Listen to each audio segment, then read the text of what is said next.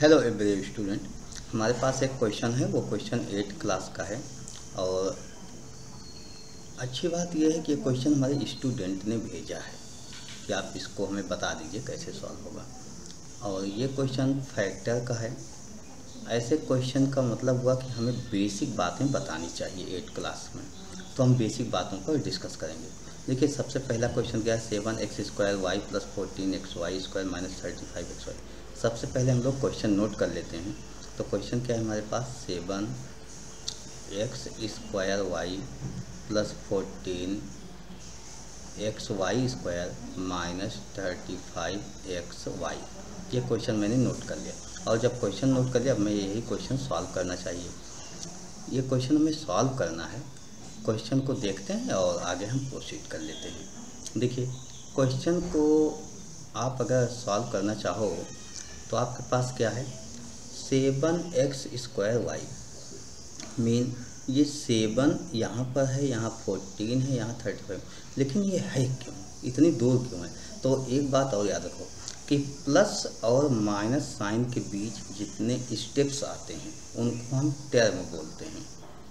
क्या बोलते हो? टर्म। हिंदी मीडियम के जो स्टूडेंट होते हैं वो पद बोलते हैं। यानी प्लस और प्लस प्लस हो या माइनस हो, इन दोनों में साइन के बीच में आता है। तो पहले देखिए, यहाँ पर प्लस आपके पास यहाँ बन रहा था, यहाँ पर प्लस है और यहाँ पर माइनस है। इसका मतलब हुआ कि हमें ये क्वेश्चन 3 पार्ट में ब्रेक हुआ। फर्स्ट ये हुआ, सेकंड ये हुआ, थर्ड ये हुआ। तो 3 टर्म हो गया या 3 पद हो गए। तो तीनों पदों से हमें देखना है कि क्या सभी में है, जो सभी में हो उसको बाहर निकाल लो। तो हम लोग अब क्वेश्चन सॉल्व करते हैं। देखिए, 7x² y + 14xy² - 35xy। देखिए, अब 7 मैंने स्टार्टिंग में कहा कि 7, 14, 35, 7 की टेबल में सब आ रहा है। तो 7 तो हम ऐसे बाहर लिखेंगे, 7 लिख दिया। अब देखो यहाँ पर x की 2 पावर, सेकंड टर्म में भी x है, थर्ड में भी x है। तो x की मिनिमम यानी कम से कम क्या है? तो कम से कम आप ये देखोगे कि इसमें तो भाई 2 पावर है, यानी x को x से मल्टीपल किया गया। x की 2 पावर का मतलब होता है x को x से मल्टीपल किया गया है, ये हो गया। और अगले स्टेप में हम क्या देखते हैं कि x की 1 पावर है, फिर अगले स्टेप में x की 1 पावर है। मीन x की 1 पावर कम होती है ना, तो जो कम हो उसे बाहर निकाल लो। तो x की 1 पावर कम है, इसलिए x को मैंने बाहर निकाल लिया। उसके बाद हम दूसरे स्टेप में देखेंगे, दूसरे उसमें देखेंगे कि अगला वेरिएबल हमारा क्या है। तो अगला वेरिएबल जो है वो y होता है। देखिए, ये y है 1 power, y 2 power, y 1 power. तो y की मिनिमम जो पावर है 1 है, तो y हम कॉमन ले लेते हैं। अब कॉमन ये सब हो गया, सभी टर्म में है, मतलब first term, second term, third term, 3 term ये हुए, 1 2 3, 3 टर्म हुए। तीनों में ये था तो हमने इसको बाहर निकाला। अब एक ब्रैकेट लगा लिया। देखिए, 7 तो आप लिख चुके हो, यहाँ बचा ही नहीं। x² था, लेकिन x² में आपने x को एक बार कॉमन ले लिया, एक बार हुआ।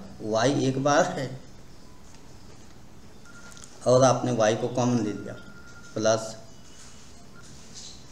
इसमें हम क्या देखते हैं कि 7 कॉमन हो गया, तो 7 2 जा 14 होता है। 7 2 जा 14, 2 यहाँ हो गया। x की 1 पावर थी, ये कॉमन हो गया, y की 2 है और y एक बार आपने निकाला, इसका मतलब y यहाँ पर एक बार और बच गया।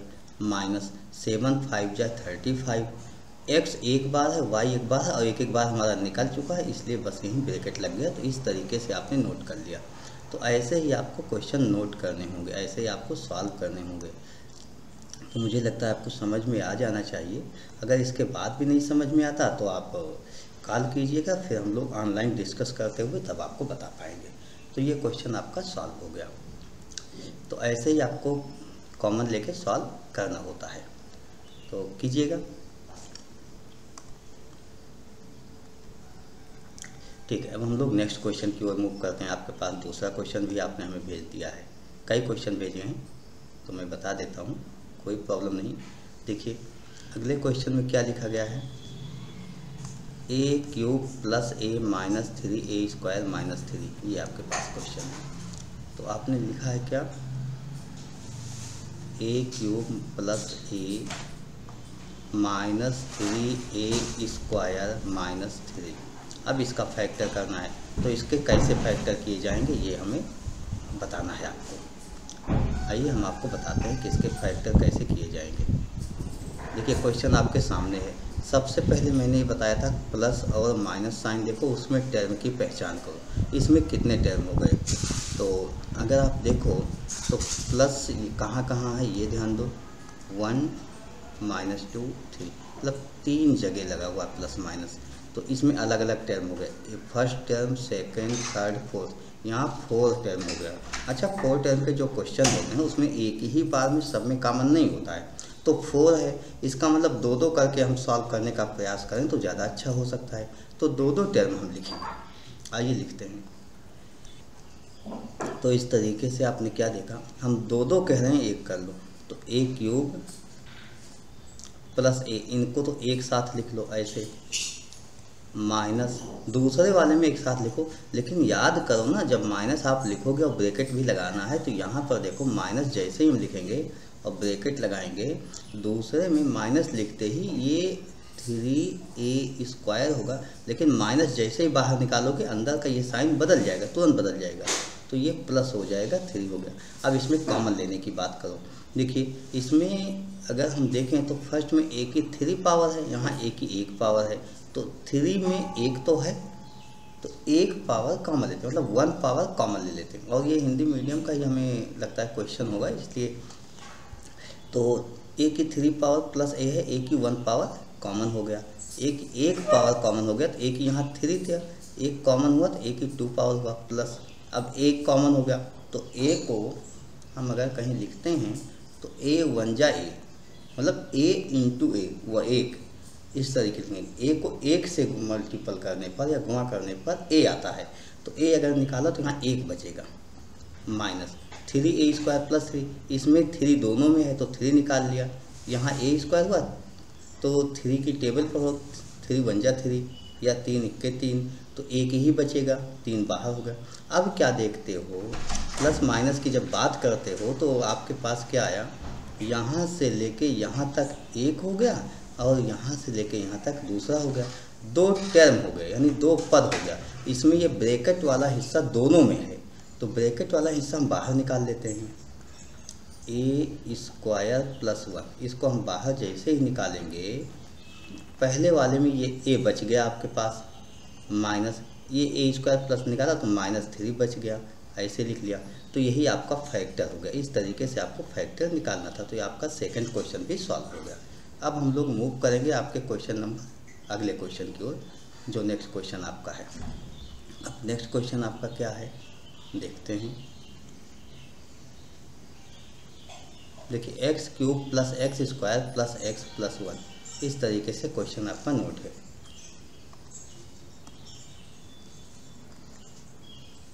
एक्स क्यूब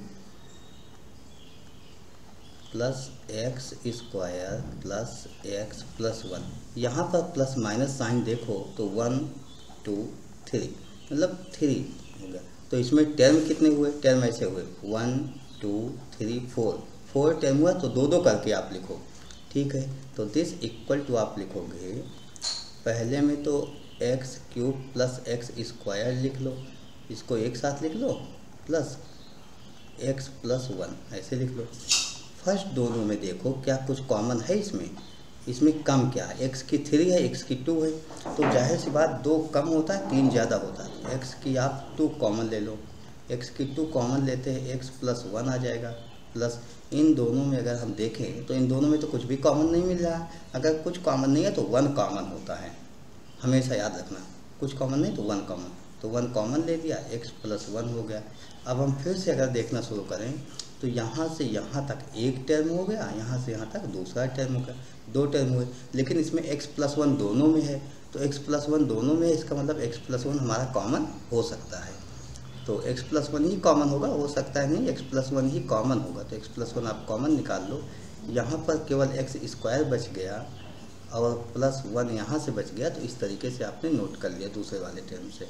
तो ये आपका आंसर हो गया। इस तरीके से आपका ये भी फैक्टर हो गया। तो ये भी क्वेश्चन इस तरीके से आपका सॉल्व हुआ। अब हम लोग मूव करेंगे, आपका एक क्वेश्चन और है इसी में, ये x² + a + b + c x + ab, मतलब बहुत लेंथी क्वेश्चन है ये, लेकिन ऐसा नहीं है, बहुत आसान भी है, आसानी से सॉल्व हो जाएगा। हम लोग इसको आसानी से ही सॉल्व करेंगे। देखिए आपका क्वेश्चन मैं नोट कर लेता हूँ। x² + a +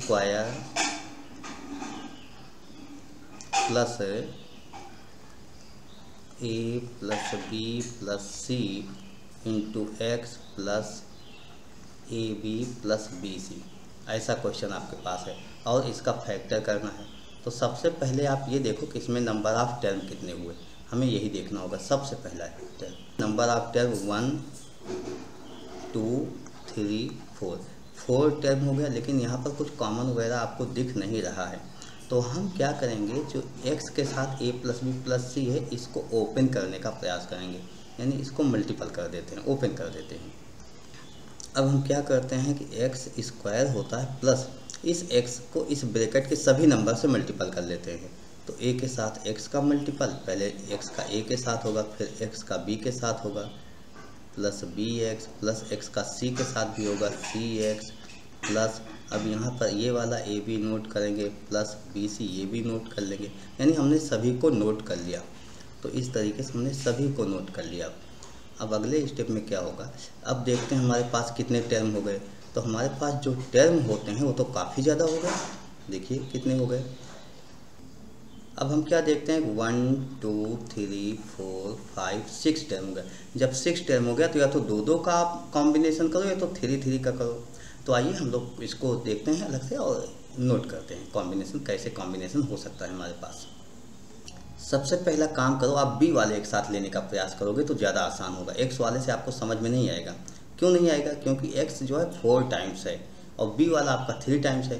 तो b वाले एक साथ लिखो, जैसे मैंने लिखा bx, यहाँ से bx लिख लिया, प्लस ab लिख लिया, दिस लिख लिया, प्लस bc लिख लिया, ऐसे लिख दिया। अब इसके बाद जो बचा हो वो लिख लो। तो हमारे पास x² हो गया, दिस प्लस ax हो गया, प्लस ये आपका cx हो गया। तो cx हो गया, ये प्लस हो गया। इस तरीके से हमने एक अलग कॉम्बिनेशन, मतलब अलग से अरेंज कर लिया सबको, और कुछ नहीं किया, बस अरेंज ही किया। लेकिन अब हमने 3 को ले लिया, इन 3 को एक साथ लिख लिया, इन 3 को एक साथ लिख लिया। तो आप चाहो तो ब्रैकेट भी लगा लो या ना ब्रैकेट लगाओ, कोई दिक्कत नहीं है। इसमें देखिए स्टार्टिंग में क्या कॉमन है, इन स्टार्टिंग में अगर देखें तो इसमें सब में x है। तो x निकालते ही यहाँ पर x बचा, यहाँ x निकालते ही प्लस a बच गया, प्लस इसमें x निकालते ही c बच गया, प्लस दूसरे में हम जाएं तो b हो गया। तो x plus a plus b निकालते ही c बचेगा। देखिए आप क्या देखते हो, अब आपका 2 टर्म में हो गया, 1 और 2 हो गया, मतलब क्वेश्चन आसान हो गया। अब इसमें x plus a plus c दोनों ब्रैकेट में है, तो हम x plus a plus c दोनों से निकाल लेते हैं। x plus a plus c, जब हम इसको निकाल लेते हैं तो यहाँ से x बचता है, प्लस यहाँ से आपके पास b बच जाता है, इसको नोट कर लेते हैं। तो इस तरीके से आपने इस क्वेश्चन को सॉल्व कर लिया। तो आपके क्वेश्चन सॉल्व हो गए। I hope you understood explanation of this questions. Okay, thank you, bye.